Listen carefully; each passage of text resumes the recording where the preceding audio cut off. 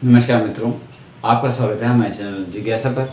दोस्तों, आज हम आपको बताने वाले हैं उस चीज़ के बारे में जिससे बड़े हो या बच्चे, मुझे लगता है सबको लगा होगा और शायद ये उनमें से है, हमारे चित्रों में से, जिन्हें हम पहले इंग्लिश में लिख रहे हैं। वो है ज़ू। और ज़ू जाना तो भाई मुझे भी पसंद है, उम्मीद है आपको भी पसंद होगा, है ना।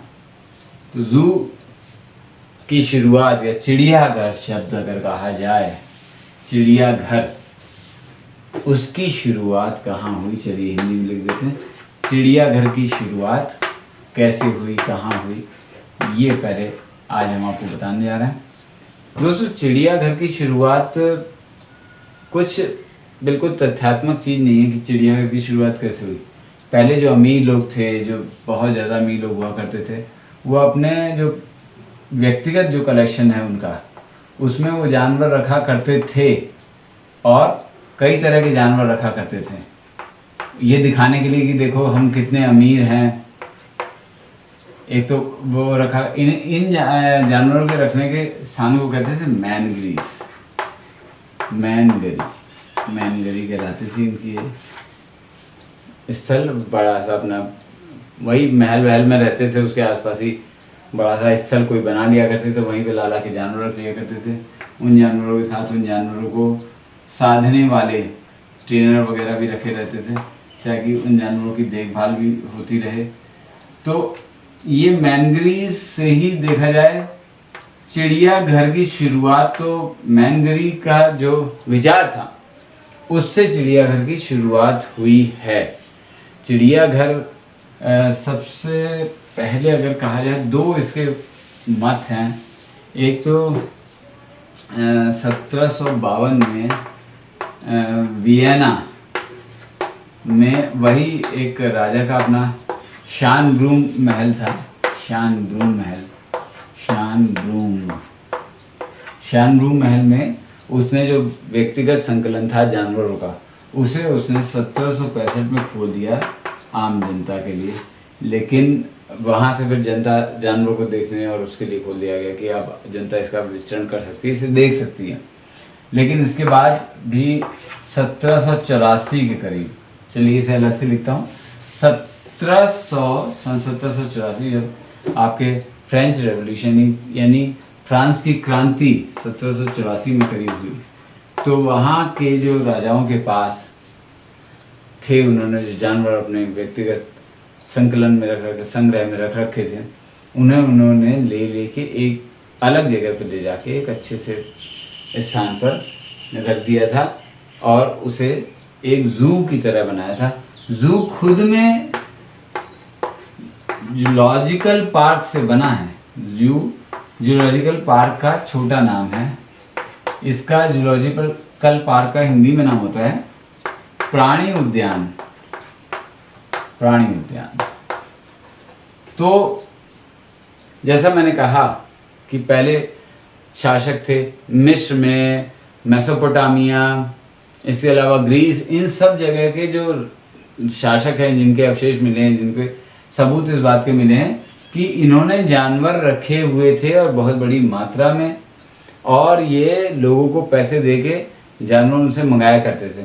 तो ये जो रीति थी, ये रीति चलती रही। जब आपके चिड़ियाघर बन गए, आधुनिक चिड़ियाघर आ गए, उसके बाद भी कुछ समय तक ये रीति चलती रही कि जानवर वो डीलरों से ले लिए जाते थे और डीलर उनके लिए जानवर कहीं से भी इकट्ठे करके, जंगल वंगल या कहीं से पकड़ के लेके आया करते थे और वो उन्हें पैसे देते थे इस चीज़ के। तो पैसों के लालच में बहुत सारे जानवर मार भी दिए जाते थे। दूसरे जब जानवर लाए जाते थे तो सारे जानवर तो खरीदते नहीं थे आपके चिड़ियाघर वाले, तो बचे जो जानवर थे उन्हें वो किसी न किसी तरीके से, किसी न किसी अवैध रूप से बेच दिया करते थे, जो उनका कुछ भी इस्तेमाल कर लिया करते थे। तो इस वजह से धीरे धीरे ये आवाज़ उठने लग गई कि क्यों भाई, ये जानवरों का तो ये तो बहुत ज़्यादा शोषण है। अगर इस तरीके से जानवरों को रखा जाएगा और जिस तरीके से जानवरों को परेशान किया जाएगा चिड़ियाघर में, जरा सी जगह में रख दिए जाते हैं, तो फिर जब ये मांग उठी तो कई चिड़ियाघरों ने, दुनिया के चिड़ियाघरों ने, सबसे बड़ा चिड़ियाघर सैन डिएगो में है, आपके अमेरिका के सैन डिएगो में।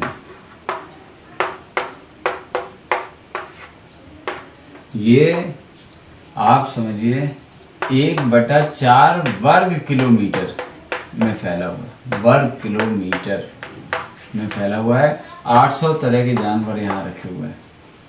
और इसने अपने साथ में एक और प्राणी उद्यान बना रखा है जो 800 वर्ग मीटर में, यानी करीब 4/5 वर्ग किलोमीटर में फैला हुआ है, इतना बड़ा है। तो जानवरों को जब फिर चिड़ियाघरों में रखा गया, पहले तो सिर्फ लोगों के देखने के लिए था, सिर्फ लोगों के देखने के लिए, लोग देख लें, जानवर बस खुश हो जाए, उन्हें 2 पैसा मिल जाए, बात खत्म। जानवर कैसे रह रहे हैं कैसे नहीं रह रहे इससे कोई मतलब नहीं। लेकिन फिर देखा कि जानवर तो जल्दी मर जाते हैं चिड़ियाघर में जंगल के मुकाबले, तो कोशिश करी गई जंगल जैसा वातावरण देने की। चिड़ियाघरों में फिर बड़ा ध्यान रखा गया कि चिड़ियाघरों में जानवर ऐसे रखे जाएं दोस्तों कि वो उन्हें वातावरण मिले जंगल जैसा। जंगल में वो जिस वातावरण में रहते हैं उसी वातावरण में रहें। अगर कोई जानवर समूह में रहता है तो वो समूह में रहे, अगर कोई जानवर अकेला रहता है तो वो अकेला रहे। उसके खाने पीने का, उसके रहने सोने, इन सब का समय जो उसका जंगल में होता है, भाई एक आज जीव वैज्ञानिक घड़ी भी होती ना, हर जानवर के, मनुष्य के शरीर में भी है, तो उसके खाने पीने रहने सोने सबका ध्यान रखा जाए उसी तरीके से जिस तरीके से जंगल में होता है।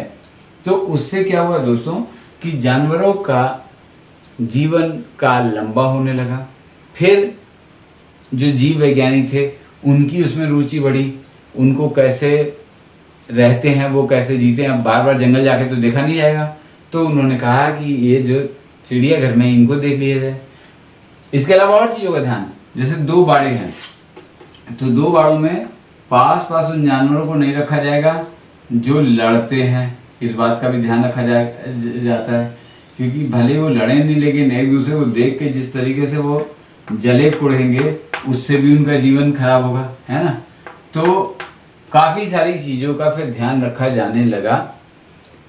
प्राणी वैज्ञानिक, जीव वैज्ञानिक उनमें दिलचस्पी लेने लगे, अनुसंधानकर्ता दिलचस्पी लेने लगे। फिर उसके बाद चिड़ियाघरों के बाहर जहाँ जानवर, उन पर डिस्प्ले बोर्ड लगाए जाने लगे, उस पर वो जानवर क्या है, वो कैसे खाता, कैसे रहता है। इसके अलावा अब तो कई जगह आप जाएंगे तो वीडियो वगैरह उनके चलते मिलेंगे, वो उनके बारे में पूरी जानकारी, उस जानवर के बारे में पूरी जानकारी मिलेगी, आपको बताया जाएगा आपको कब उस जानवर को देखना सही रहेगा। और तो और जो जानवर, जैसे कि मैंने पहले बताया, समूह में रहते हैं, उन्हें समूह में रखा जाता है। तो इस तरीके से आधुनिक जू कीपिंग की शुरुआत हुई। और दूसरे, पहले जंगलों से मंगाए जाते थे सारे जानवर, अब क्या है, जानवरों के जोड़े रखे जाते हैं ताकि उनके बच्चे वहाँ जो पैदा हो उन्हीं से उस चिड़ियाघर को चलाया जा सके। और तो और जैसे एक चिड़ियाघर में जानवर नहीं है, कहीं और जानवर हैं अधिक संख्या में, किसी और चिड़ियाघर में बच्चे पैदा हुए तो वहाँ से मंगा लिए जाते हैं। तो इस तरीके से जानवरों का पूरा ध्यान रखा जाता है। जो आप सुनते हैं ना सेंचुरी जो और सफारी पार्क, ये सब भी चिड़ियाघर के आधुनिक रूप हैं। मतलब पूरी तरीके से प्राकृतिक वातावरण में उन्हें रखा जाएगा, आप उन्हें देख सकते हैं, उन्हें परेशान नहीं कर सकते, उन्हें छू नहीं सकते, उनके पास नहीं जा सकते, मगर उन्हें देख सकते हैं और उनको अपने प्राकृतिक आवास में रहते हुए देखने का आनंद ले सकते हैं। ये चीज़ अब चिड़ियाघर का एक विस्तारित रूप आप इसे समझिएगा, ये वही रूप है। चिड़ियाघरों में भी बहुत ज़्यादा बदलाव आए हैं, जैसा कि मैंने आपको बताया। आप जानवरों को देखने जब भी चिड़ियाघर में जाएं, हमारा आपसे अनुरोध है वहाँ पे लिखे हुए निर्देशों का पूरा पालन करें, जानवरों को परेशान ना करें। आप उन्हें देख के आनंदित होने आए हैं या उन्हें परेशान करने आए हैं? भाई उन्हें भी आपको देख के इतनी खुशी होनी चाहिए ना। ज़्यादा खुशी होगी तो ज़्यादा खुश दिखेंगे, वो लोगों के सामने आना पसंद करेंगे। अगर आप परेशान होंगे, आप सोचिए एक व्यक्ति आया उसने परेशान किया तो दूसरे व्यक्ति के सामने फिर उस जानवर का जो व्यवहार होगा वो बदला हुआ होगा कि नहीं बदला हुआ होगा, जरा आप खुद सोचिए। इसलिए जानवरों के साथ, जानवर भी जीवित प्राणी होते हैं, उनकी समझ हमसे आपसे कम होती है, मगर अगर हम उन्हें परेशान कर रहे हैं तब तो हमारी समझ उनसे कम हुई। इसलिए कृपया जानवरों के साथ मेल जोल का व्यवहार रखें, उनका ध्यान रखें, चिड़ियाघर के निर्देशों का पालन करें। और जब भी चिड़ियाघर घूमने जाएं, ये बात ध्यान रखिएगा चिड़ियाघर कैसे शुरू हुए, है ना। ईसा से 1000 साल पहले चीन में लिंगयू नाम का एक चिड़ियाघर शुरू किया गया था। इसके बारे में इंटरनेट पे देखिए, बड़ा मज़ेदार चीज़ है, देखिएगा फिर मुझे बताइएगा। फिर मिलेंगे मित्रों इसी चैनल जिज्ञासा पर। नमस्कार।